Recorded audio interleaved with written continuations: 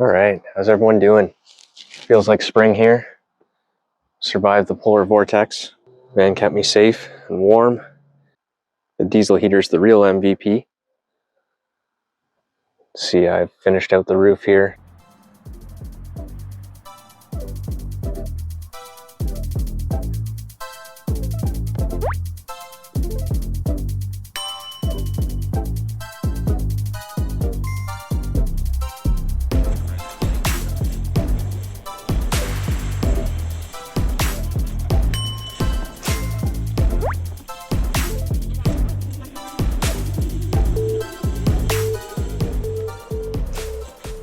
So I gotta do some dome light modifications here. I've installed a toggle switch. So I'm gonna control the center section there that normally comes on when you open the doors independently with this toggle. Things to do, working on some fishing rod mounts.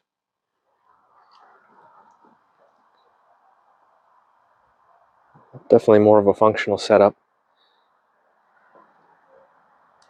Better utilizing this tray here, the step tray. I usually keep my garbage can here, laundry soap, skateboard. There's not a lot you can do with the slider door. You can probably build into it and make a little cubby. I'm just going to mount flat items here. Like you can see, I've got my hatchet mounted there. Still am on the market for tires. I was trying to wear out the Hankook Dynapro HP2s here, but they're touring all season, so they've got a really hard tread compound. Looking for some ATs, probably some DFGs or the equivalent. Fan's looking good. Solar panels are staying put. I'm going to come up with like an air dam on the front because it does get a little bit noisy at highway speeds.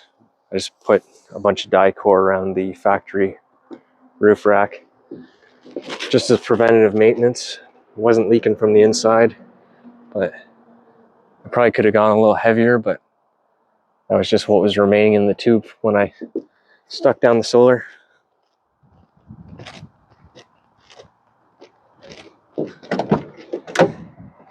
Recovered the front headliner.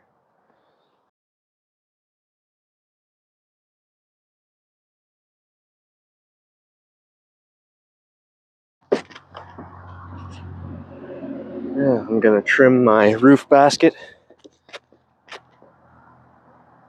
I'm gonna cut out a section for the maxxfan. I don't know if that's supposed to have that much play. Hopefully I haven't whooped the bushings in it.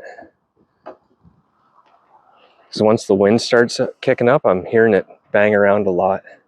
So I'm gonna put my rack back on there, trim out a section, and hopefully that'll kind of direct the branches up and over. And I gotta keep remembering to close it. I've driven with it fully open, which they say you can do. I'm glad that I sprung for the maxxfan, because if I went for a cheaper version, I would have no doubt ripped the lid off by now. Not a sponsor, but definitely recommend it. I haven't tried any of the other fans to compare, but it's treated me well so far. See a bit of moisture on my windshield there. Definitely got to stay up on that. Really likes collecting this corner over here.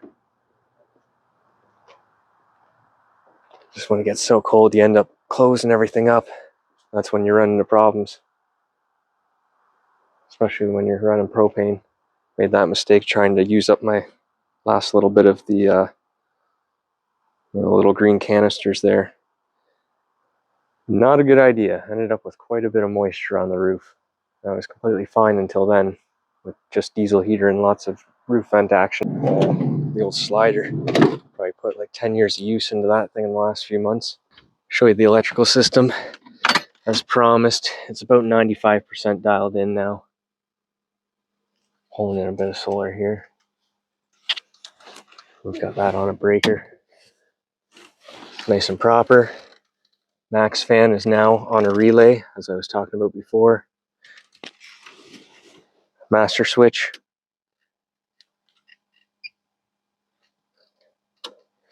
Kick the solar back on.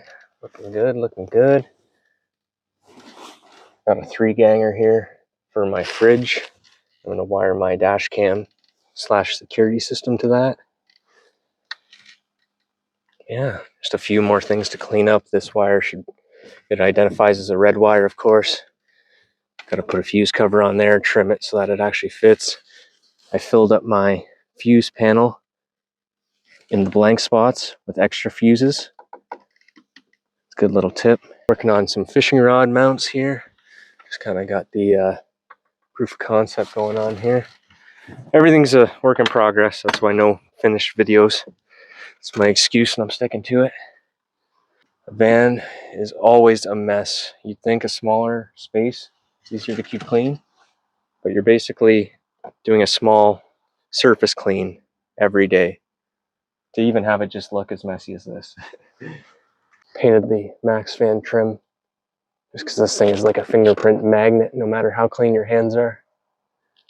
Anything ever goes down in a van, dust this for prints. Alright, so one of the big regrets of the build is to not address these rear door seals right off the bat. I didn't realize that this entire bottom section was missing on this one, but they're pretty chewed up to begin with. They're old and tired. I wish he would have done new seals when he put the doors on, but then again, he wasn't living in it. Didn't need to keep the DJ gear warm. But I was going to add some universal stuff here. Maybe just try and go on the inside here where it butts up to the other door. Or I also thought about putting like a thick rubber flap on this so that when this door is closed, there's something here at this door you can butt onto. Because that's where I get most of the, up here, it's pretty good in the middle, and then down in this corner, and then I think along the bottom. Yeah, this seal's in terrible condition. Just had so much more stuff on my mind, and it's the dead of summer, 40 degrees. It's hard to know how drafty it's going to be, but yeah, she's like an old barn, that's for sure. I looked into the aftermarket replacement seals back when I first got the van, but they're pretty expensive. It's like $300–400. And of course, we're in Canada up here, so that's plus shipping, plus duties, plus whatever Canada Post wants. People have bought Astros, entire Astros, like the whole van, for the price that I would pay for new seals. So something universal is probably the best route to go on something like this. Or like I say, I'll just block them off completely, come up with something better. Diesel heater's been behaving, keeping me alive on the tail end of winter here. November 2021 is when I put it in. It's the first thing I ever did to the van. I keep tweaking how things are under here, except for the exhaust. The exhaust's been this way the entire time. This is the Eberspatcher upgraded exhaust. I think that is one of the reasons I haven't had very many issues. These things definitely want to have good flow. They need good flow, rather. And having restrictions and putting extra restrictions in the exhaust, I think, is detrimental. Proper fuel line, the white plastic, especially between the pump and the unit. I've just got some lume on mine here. You can go with a wider diameter black hose up to the pump, but on this side here, since it's subjected to the pulsing, it's best to go with this fuel line here. John MCK on YouTube give you a full education on these heaters. I recommend, if you're going to get into these things and rely on it for your well-being and comfort, to take a couple afternoons and make your way through his videos. Definitely a good idea if you're going to be relying on these for comfort. And well, I was about to say relying on them for life and death, but obviously a diesel heater doesn't allow you to just drape a sheet over yourself. You've got to have a good sleeping bag or, you know, a functioning engine to fire the vehicle up and keep yourself warm and alive. Diesel heaters for comfort and moisture control, especially a Chinese diesel heater.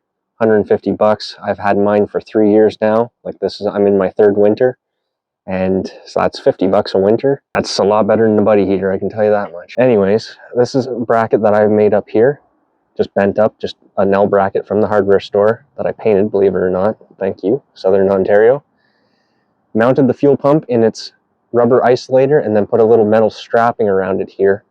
That's grease that I've spread on there to keep it from rusting. Also remounted this purge vent valve here with a bolt through the bracket that I made. I just bent it away from the frame so that I could put this in here for clearance. And that is to mount that. If you watch my fuel tank video, you knew that you've seen that it ripped off the frame. I showed that.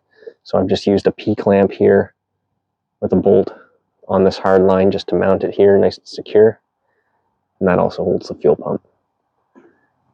Fuel pump wiring above, fuel pump outlet line up into the unit, and fuel line just kind of dangling there, but the tension keeps it away from the exhaust. I did have that routed kind of back there and zip tied up, but when I took the fuel filter out of this side and put it at the back with the tank, I just shortened up the line.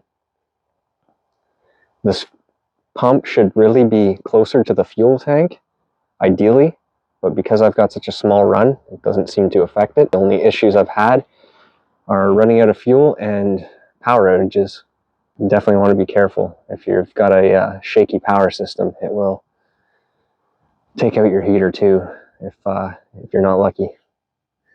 Thankfully, I didn't have any issues. I drilled a bunch of extra holes in my intake here, and I glued this piece of screen in better because it's pretty loose from the factory. I just put a bit of super glue on it just to make sure that no debris can get behind that screen and sucked in. This loop is probably not ideal, but I didn't want it any lower because then stuff would get kicked up by the tire. Where I've got it tucked up there, it's behind the mount for the back of the subframe there. Stays nice and sheltered, but if this got covered in mud, I've got a bunch of holes on the other side that are drilled, like you can see here. So there's no chance of that getting clogged up. There, so I've put it full mast here, and of course it's tight now. Maybe it always did that and I just never noticed. But the way it was before, I had it just barely cracked just to vent out, and it was getting the full travel. Oh well. One more thing to look into, but as you can see, I've dwarfed my roof space now. I'm probably going to have to put some supports at the back here to support the rack. I've already laid it on, and it's going to go basically right up to the solar panels, and then it's going to come right to the back door here. Man, I'm on a roll. Keep hitting the wrong button. Zoom is not the stop record button. I even busted my tripod. Owned this puppy for 10 years. No, 15 years even. Yeah, I had it when I was, I'm old. Paid like 10 bucks at Princess Auto for it on sale. And every single YouTube video that I ever made was shot with this. And I didn't even know that this extension function existed. Just never loosened this off and pulled up on it. It's funny. Had to wait until it was broken to fully understand how it worked. I was going to go buy the exact same one that they still produce. I think it's got a different name now, but you can tell it's the same. But I think I might go with this AWD brand. I actually enjoy using their stuff. It's fairly high quality. I took a gamble on them when I bought this foot here, and it blew me away. I couldn't believe for under $20 to the quality of it. It's like brushed, or not brushed, but powder coated aluminum locks. When you put your $2,000 smartphone in it, you actually feel like it's secure. And then what I'm filming on now is this flexible tripod here, the basic one that everyone has. Does the trick. Fairly good quality for the price paid. So one of the plans of action is to modify the roof basket so that I can run the maxxfan through it, which will hopefully give it some protection from branches. So what happens is the branches come up, go like this, but then I've had long ones that bang right into the fan. So I want to come up with something too for noise purposes and for branches to go on the front here. A little air dam. I should have done that before I mounted them to the roof. Just bent up a piece of metal that would come down like that, or even plastic, really heavy duty plastic.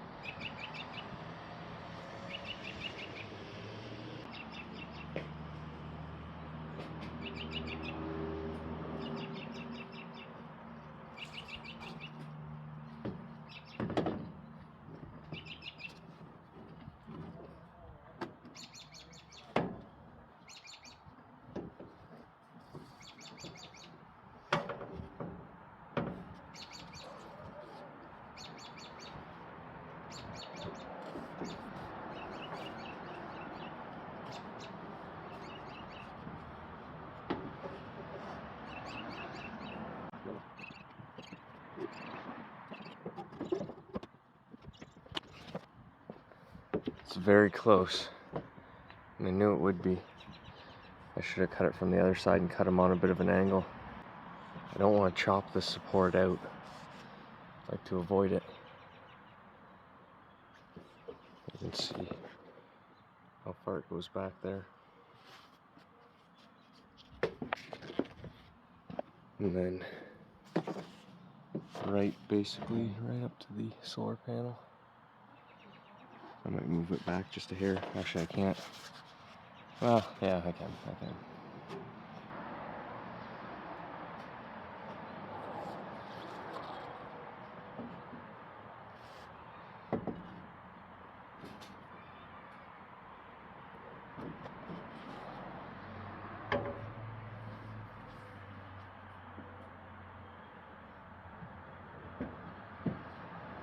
Moment of truth. No. Yeah, if the tape measure says it won't fit, usually it means it won't fit. So close. So close. Gotta think about it. Think about what I'm gonna do. That is the idea. That'll be high enough to keep the branches off it. Well, I thought it over, and there's pretty much no other option other than just slicing these welds here, these tacks, moving this over, and just re-welding it. So I'd have to take too much away. There's a little lip. If this lip wasn't here,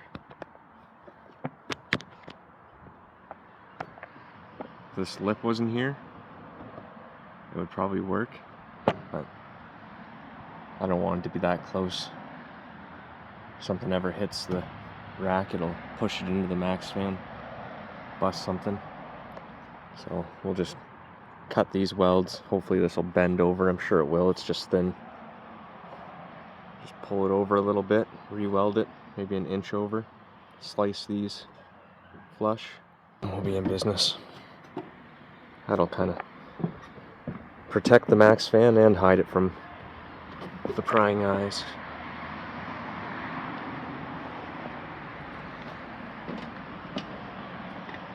It's a pretty good use of roof space, I would say. Not leaving a whole lot on the table, really.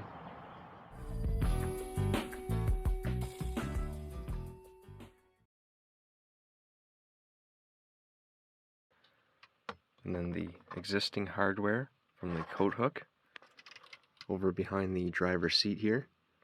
And then I'll add a fastener over on this side. But just to test it out here, I'll bolt it in with one.